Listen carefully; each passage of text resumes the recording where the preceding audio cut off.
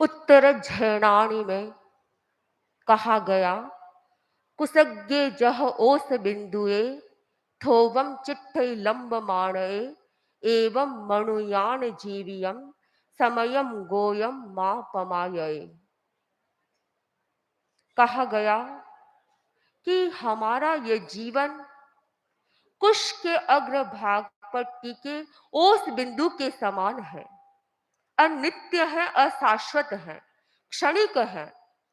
जिस प्रकार कुश के अग्रभाग पर टिकी हुई ओस की बूंद है, हवा का झोंका आते ही वह गिर जाती है, समाप्त हो जाती है, उसी प्रकार यह मनुष्य जीवन है, वह क्षण भंगुर है, पता नहीं कब इसका नाश हो सकता है। इसलिए हमें ये प्रेरणा दी गई है गौतम स्वामी के माध्यम से कि हमें क्षण भर भी प्रमाद नहीं करना चाहिए। जो व्यक्ति इस दुनिया में आया है वह निश्चित ही एक दिन जाएगा। जिसने जन्म लिया है वह निश्चित ही मरण को प्राप्त करेगा, अर्थात मृत्यु अवश्यम भावी घटना है, वह जरूर होएगी। जिसने जन्म लिया है उसकी मृत्यु होना संभव है। तो क्या किया जाए? जन्म और मृत्यु के बीच का समय है जीवन। इस प्रकार का जीवन जिए कि हम इस मनुष्य जीवन को सार्थक बना सके, इस मनुष्य जीवन का सार निकाल सके। भगवान महावीर ने बहुत सुंदर कहा है, जाजा वच्चई रयणी नसा पड़ी नियतई धम्मम च कुण मानस सफला जंति रायो। अर्थात जो जो रात्रियां बीत रही हैं वे वापस लौट कर नहीं आती हैं।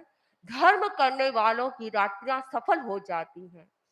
रात्रि का मतलब या एक तरह से हम जीवन से ले सकते हैं, समय से ले सकते हैं कि हमें भी समय का मूल्यांकन करना है, समय को सही रूप में जीना है, जीवन को सही रूप में जीना है, तो समय को हमें सफल बनाना है, तो धर्म को अपनाना होगा। धर्म क्या है? धर्म क्या है?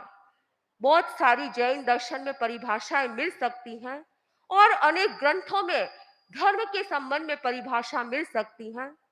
धर्म है आत्मशुद्धि का साधन। पर प्रैक्टिकल रूप में हम देखें तो धर्म क्या है?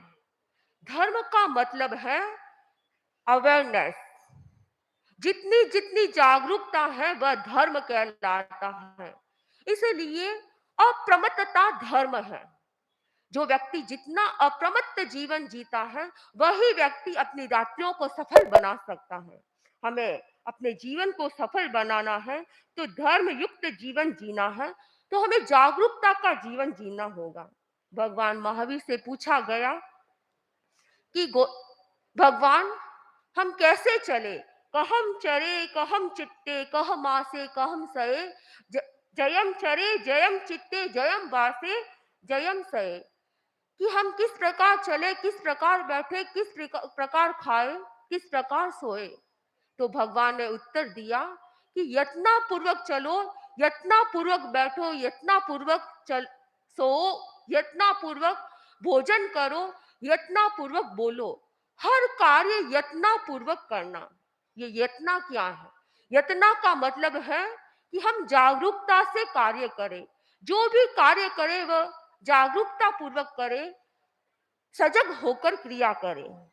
तो प्रतिदिन हम देखते हैं कि परम पूज्य आचार्य प्रेर के जीवन से भी हमें प्रेरणा मिलती है कि हमें किस प्रकार चलना चाहिए, किस प्रकार बोलना चाहिए, किस प्रकार खाना चाहिए। तो आचार्य प्रेर के जीवन से भी हमें प्रेरणा मिलती है। आचार्य प्रेर नव दीक्षित को भी यही प्रेरणा देते हैं कि हमें किस प्रकार चलना है, किस प्रकार खाना है, किस प्रकार बैठना है, ताकि पाप कर्म का बंधन न हो। तो हमें यदि पाप कर्म से बचना है तो जागरूकता का जीवन जीना होगा, और जागरूकता का पहला अर्थ है आत्म केंद्रित होकर जीवन जीना। जो व्यक्ति आत्म केंद्रित होकर जीवन जीता है वह जागरूकता का जीवन जी सकता है। आत्म केंद्रित बनने के लिए क्या करना होगा? दो प्रकार के व्यक्ति होते हैं, एक बॉडी सेंटर्ड और एक सोल सेंटर्ड।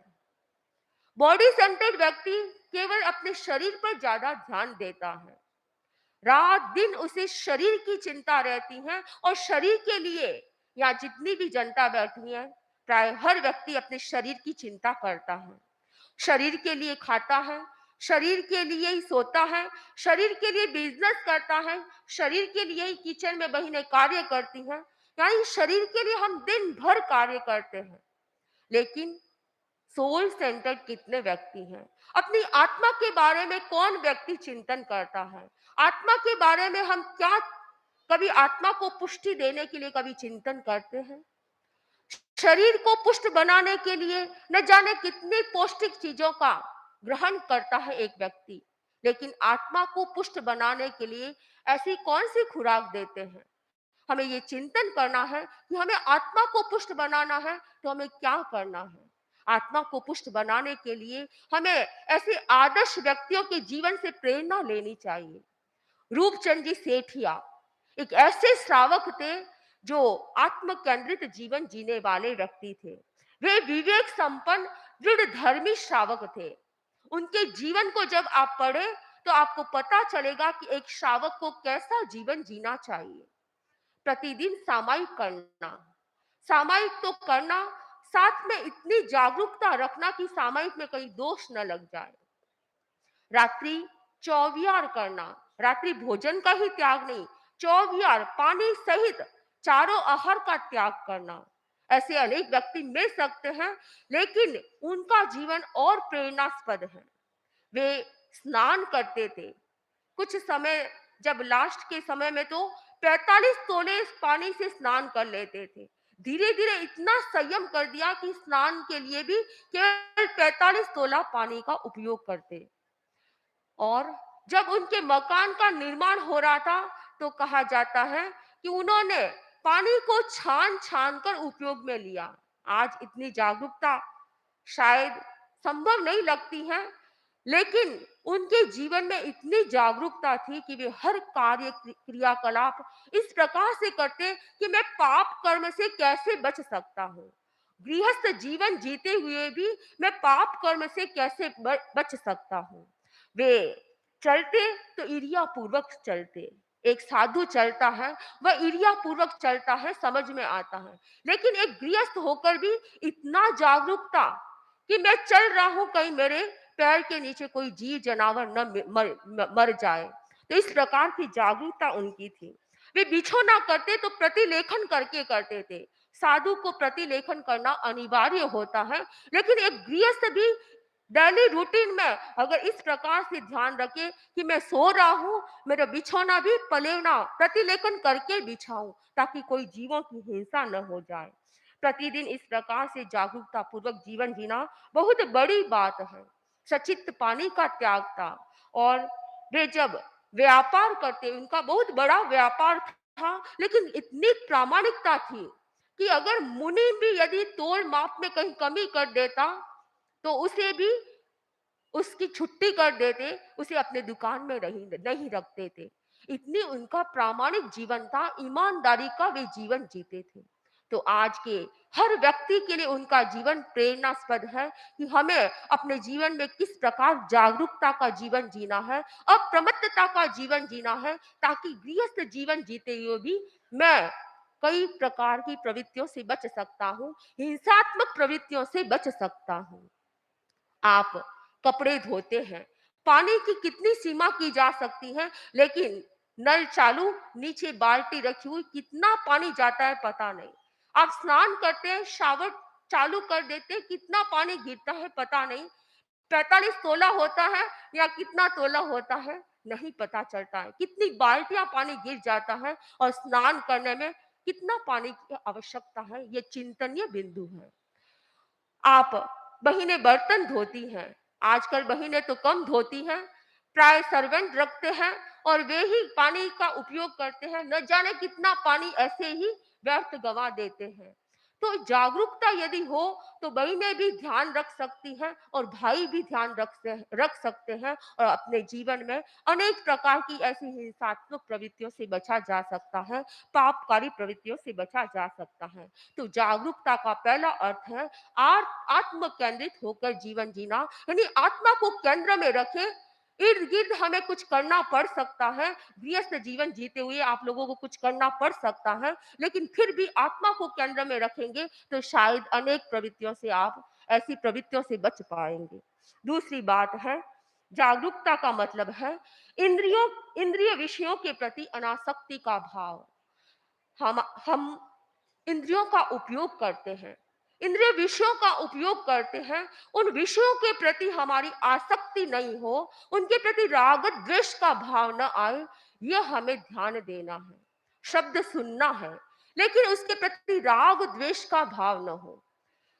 रूप देखना है, लेकिन उसके प्रति राग द्वेष न आए। आप गंध को सूंघते हैं, कोई अच्छी स्मेल आती है तो अच्छा अनुभव होता है, लेकिन जब कोई दुर्गंध होती है तो हमारा नाक सिकुड़ जाता है। तो उस समय भी हमें ये तटस्थ मध्यस्थ भावना रखनी है कि कैसे भी गंध हो उसमें हम मध्यस्थ रह सके, किसी प्रकार का राग द्वेष का भाव न हो। तो हर इंद्रिय विषय के प्रति जागरूक रहे कि मैं उनके प्रति राग द्वेष का भाव न रखूं। इंद्रिय विषयों के प्रति जो व्यक्ति राग द्वेष से बच जाता है, वह व्यक्ति क्रियाकलाप करते हुए भी पाप से बच सकता है। एक एक इंद्रिय विषय के प्रति आसक्त होकर त्रियंश प्राणी भी अपना जीवन गंवा सकते हैं, तो मनुष्य का तो क्या कहना। एक हिरण शब्द को सुनकर वह जाल में फंस जाता है। एक रूप के कारण वह पतंगा दीपक के आग में जल जाता है। गंध का अनुभव करने वाला वह प्राणी मधुकर फूल के अंदर बंद जाता है, उसकी स्मेल को सूंघने लगता है, उसमें आसक्त हो जाता है और वह अपने जीवन को गवा देता है। रस में आसक्त होकर मछली जो जाल में फंस जाती है, आटा लगा हुआ, आटे की गोलियां लगी हुई होती है और मछली उसमें आसक्त होती है तो उस जाल में फंस जाती है। और हाथी भी स्पर्श के कारण अंकुश में आ जाता है, उसे बंधन में बांध दिया जाता है। तो एक एक इंद्रिय के विषय में आसक्त प्राणी भी अपने जीवन को गंवा देते हैं। तो यदि मनुष्य इन 5 इंद्रियों का उपयोग सही तरीके से न करे, अनासक्त भाव से न करे, तो अपने जीवन को किस प्रकार गंवा सकता है, आप खुद समझ सकते हैं। तीसरी बात, जागरूकता का अर्थ है कि पुव्व कम्म खयट्टाए इमम देहम समुद्दरे, यानी यह शरीर मैंने किस लिए धारण किया है, पूर्व कर्मों का क्षय करने के लिए इस शरीर को धारण किया है। इस बात को ध्यान रखने का प्रयास करें।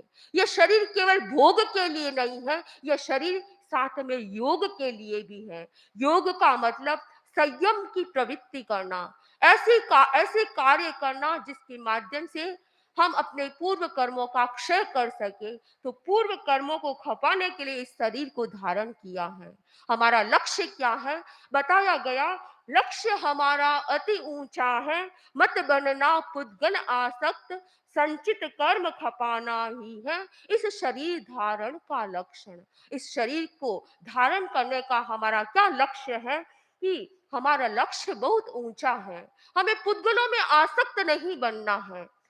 वो बहुत सारे रूप, बहुत सारे ऐसे पुद्गल हैं इस भौतिक चकाचौंध में जिसमें हम आसक्त बन सकते हैं, लेकिन उनसे अनासक्त होने का प्रयास करें तो हम